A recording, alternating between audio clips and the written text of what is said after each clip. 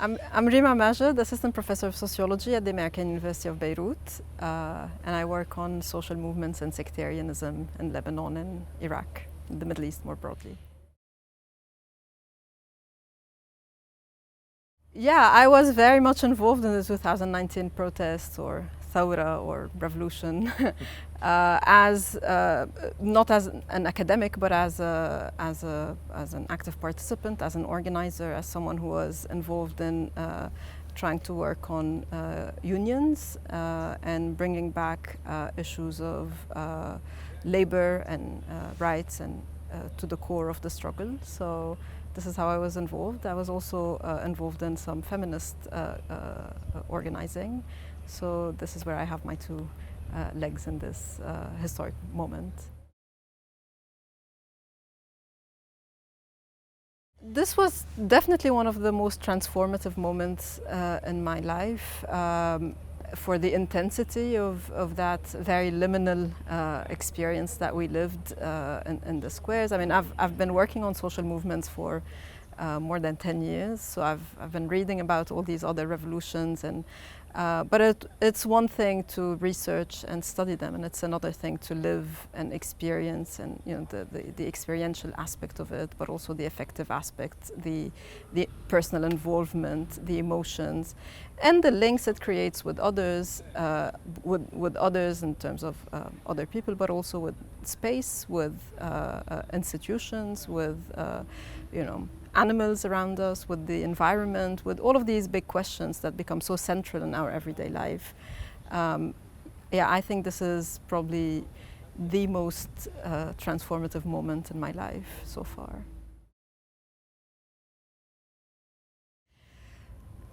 Yeah, well, the first thing that I remember waking up on October 18 in the morning and thinking to myself, we are in trouble because we don't have unions or political organizations that are able to scaffold this historic moment. So, and that was definitely because of the research, the work that I've been doing before, and what I've learned from others doing research on revolutions in other places. So I think this question of organization, this question of how do we move forward, but also questions of temporality and how long revolutionary processes are, not being caught up with the illusion that life will change. And although life did change very, very quickly, the experience of living in the squares, of like spending almost the whole day and sometimes night in this collective space was a drastic change to our everyday life. It was like living this, if you want, utopian world that we aspired to, but also being aware that eventually people will have to go back to work, things will have to go back to a certain kind of stability, or what we saw is even more disaster, and that being aware that this is going to be very long, and that we're in this for decades, if not more. So of course this did not come out of nowhere.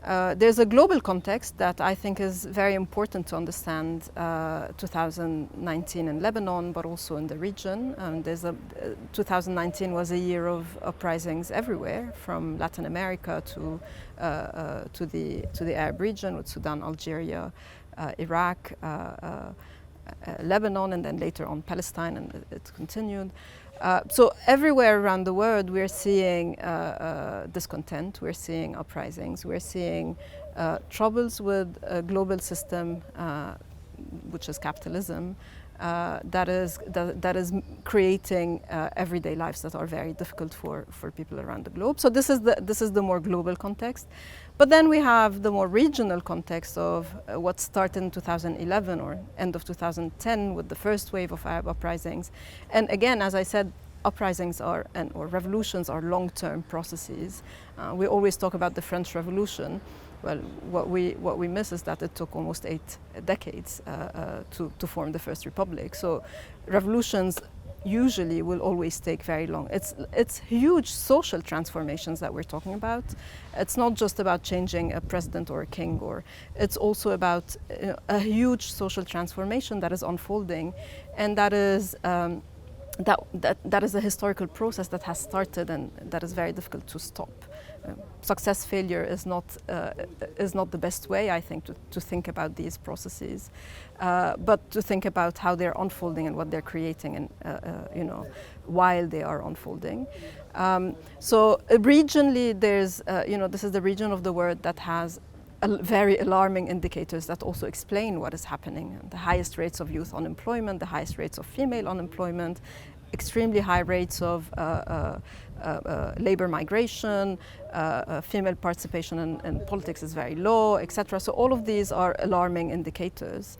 And in the case of Lebanon, a financial crisis that started to unravel in summer of 2019, and I think the early signs of this uprising started with the mobilization of the Palestinian camps in the summer of 2019, and it's usually the groups that are the least privileged in society that that feel the financial crisis first, and it started there with a struggle for labor rights.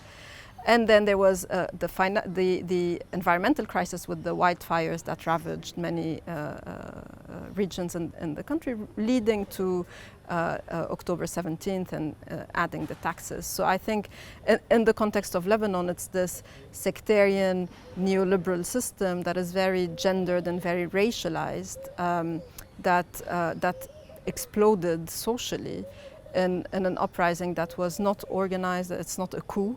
So it's messy. It looks, it looks very difficult to understand, but it is a historical process that I think is still unfolding, and that will take many years, if not decades, to settle on a new political arrangement and social order as well. Yeah, I'll say two things, I think. One is that what was really different about 2019 compared to the previous waves of mass mobilization, 2015, 2011, is the geographical scope. This was the first time people mobilized everywhere in the country simultaneously, not beyond the centrality of Beirut only. And that was remarkable, and I think this was one of the, this is one of the reasons why I also think of this as a moment that is different compared to the previous waves of mass mobilization. The second thing is really what started or what made this uprising revolutionary is the mass strike, if you want, which was road closures. And that was beyond the squares, and it is what made the squares possible. It's by not allowing people to get to work that people flock to the squares. But I think this is an aspect that needs to be explored more in thinking about this link between the geography of blocking roads and labor, and how strike, or the return of the mass strike in different ways, was actually at the core of what happened, even if it wasn't declared by a general federation of unions, or it was indirect, but it was really the core of what happened. It's only when the economy came to a halt, when everything shut down, that the moment became revolutionary. And I think these are two interesting aspects to think about in terms of geography. I'll add one last thing, is in speaking about the contradictions and within a revolutionary moment, there's always contradiction. Is that, and as much as people regained public space, people occupied, there was also very high respect to private property. So if we think about spaces or the squares, and people felt that they could impinge on public space, but never on private space. So if you think of, for example, downtown Beirut, everyone was in the egg. It's not public, but it's become left. But the buildings right in front of it that are new where unfortunately 2 Syrian workers died at the first day of the uprising, or the second day.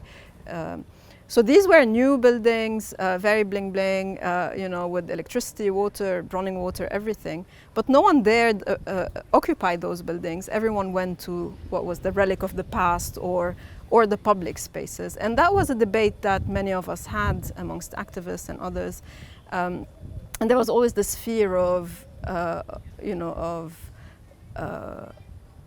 of what if we, of a legality that doesn't really exist for the private sphere, and a respect for the private property that is very much symptomatic of neoliberalism, I think, which in terms of also thinking about space and the geography of these protests, I think it's interesting to look at private versus public spheres.